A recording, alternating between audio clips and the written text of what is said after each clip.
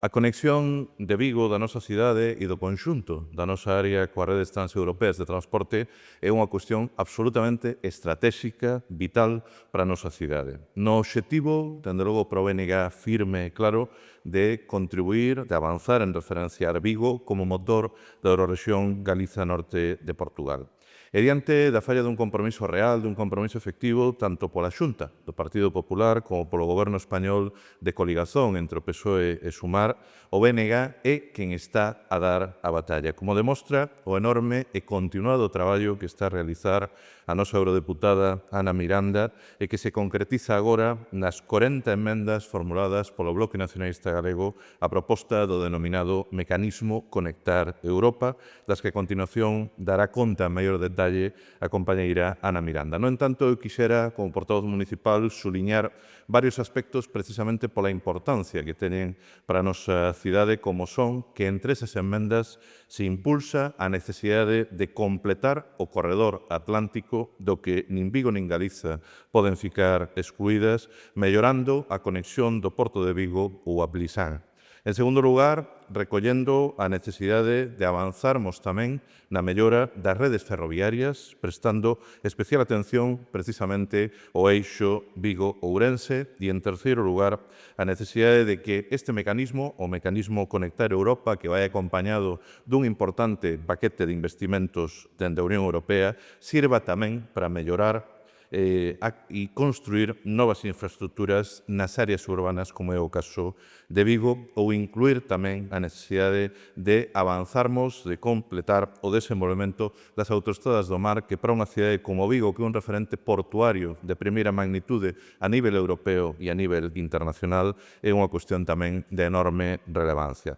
Propostas estas e as restantes que se inclúen nese paquete amplo de 40 enmendas formuladas polo BNG no escano que Galiza ten no Parlamento Europeo, que o que ocupa Ana Miranda, que demostran con feitos concretos, unha vez máis, que o BNG é a forza que fai valer os intereses de Vigo e de Galiza. Por a miña banda máis nada, e xa dice da palabra Ana Miranda.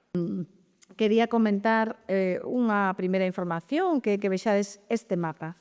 Este mapa é o mapa das redes transeuropeas. Se nos fixamos nesta imaxe, que é unha imaxe das redes, vemos que Galiza aínda non está o seu corredor completo, nin siquiera todo o norte, nin siquiera toda a zona noroeste, nin siquiera o que sería a inclusión total do corredor. Nós dixémolo no seu momento, conseguimos que houbera unha modificación para que Galiza estivera incluída nese corredor atlántico e agora que estamos no momento xa de que está incluído, queremos investimentos. Estamos, dende o escano do BNG no Parlamento Europeo, realizando un traballo intenso e arduo na Comisión de Desenvolvemento Regional e agora pasará a de Transporte, na que nese informe que presentamos foron aprobadas por unanimidade e incluídas as nosas enmendas.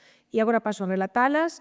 A primeira é que se remate o corredor atlántico dentro das redes transeuropeas de transporte e que se remate significa que teña investimentos. Non investimentos para estudos, non investimentos puntuais, sino para completalo.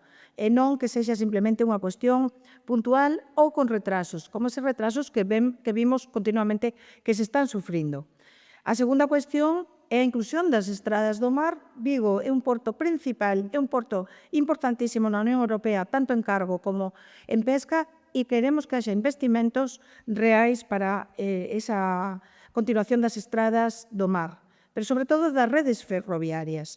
E as redes ferroviarias non só pasa cunha conexión co resto do corredor atlántico, sino cunha conexión con Portugal e tamén coa preparación das infraestructuras que están en desuso. Porque toda a contorna de Vigo ten moitas infraestructuras en desuso que poderían ser aproveitadas. Falamos, pois, de parte das Neves, de Salvaterra, de Crecente, infraestructuras que poderían estar na nosa contorna para moita xente que ven traballar a Vigo e que fai a súa vida en Vigo. Iso sería unha gran oportunidade. De feito, hoxe tamén un tema que preocupa é esa conexión de Vigo con Ourense para incluir a alta velocidade e que tamén pode ser un dos grandes potenciais nesta mobilidade da área urbana e periurbana de Vigo. Por outra banda, nós temos moi claro que nesas accións relativas á modernización e mellora de infraestructuras infrautilizadas e abandonadas para aumentar a conectividade, Os nodos urbanos, secundarios e logísticos, como pode ser o caso de Vigo, que é un nodo principal, teñen que estar conectados cos nodos secundarios. E aí hai que investir. E o Estado ten que investir, e a Unión Europea ten que investir, e desde logo o goberno galego, ademais de investir, ten que evitar poñer límites, como que está facendo. Por outra parte, queremos a construción de infraestructuras clave en áreas urbanas, como o que son os proxectos transfronterizos, os portos, as autoestradas do mar, que acaben de ser complementadas, rematadas, e que melloren esa conectividade real.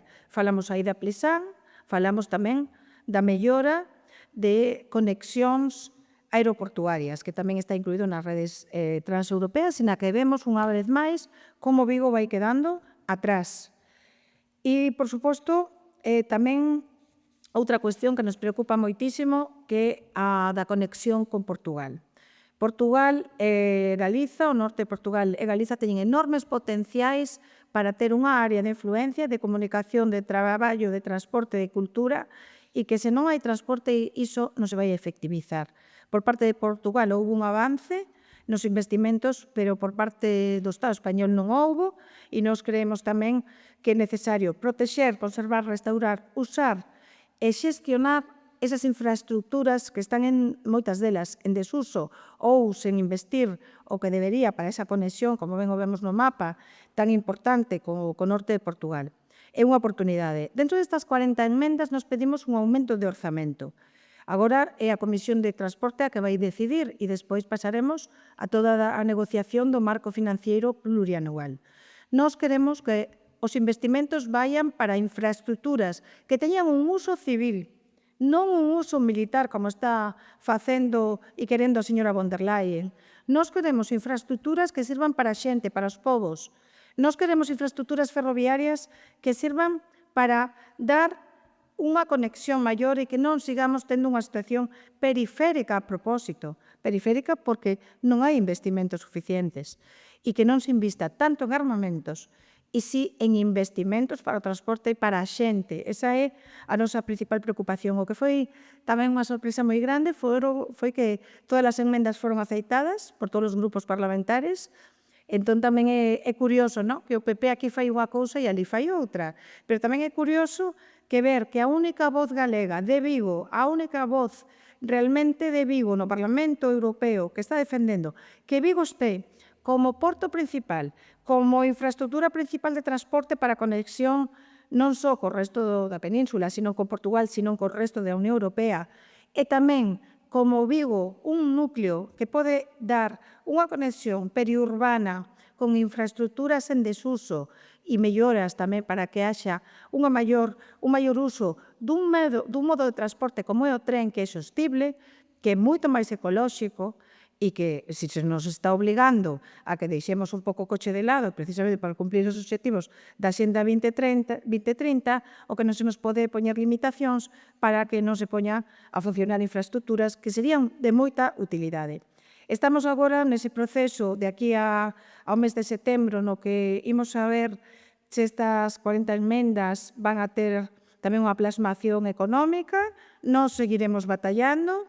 Oxalá teñamos pronto a Xavier tamén en Bruxelas para defender este tema, porque temos moi claro que a voz de Vigo no Parlamento Europeo defende o BNG, a voz do tren defende o BNG, a voz da conexión con Portugal defende o BNG, a voz da defensa do Porto de Vigo, do aeroporto e das conexións con o norte de Portugal tamén a defendemos nós.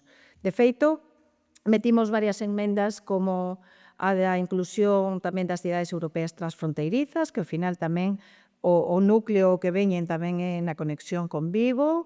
Metimos tamén unha emenda relacionada coas comunidades enerxéticas, que iso xa non é de Vigo, do Carrosal e outras vilas, pero que tamén é importante, non? Porque ao final estamos falando de alternativas de uso enerxético e de transporte. E o tren, dende logo, é unha delas, pero con investimentos de verdade. Que Galiza nos siga quedando á cola de Europa, como demostran estes mapas, unha vez máis, porque a inclusión no corredor ferroviario europeo atlántico, no corredor atlántico en xeral, que non sexa simplemente unha medida cosmética para aparecer nun mapa, senón con investimentos reais, que é o que o BNG pediu neses puntos principais destas 40 enmendas.